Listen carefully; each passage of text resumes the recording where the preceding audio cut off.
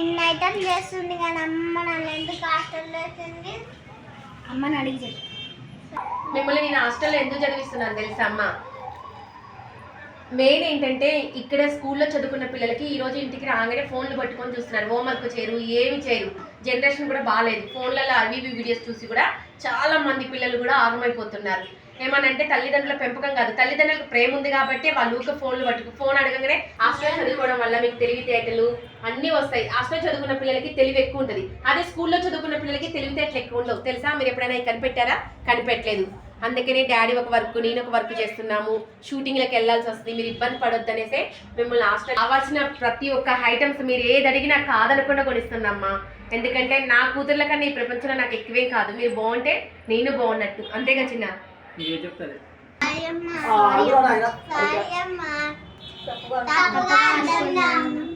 Okay.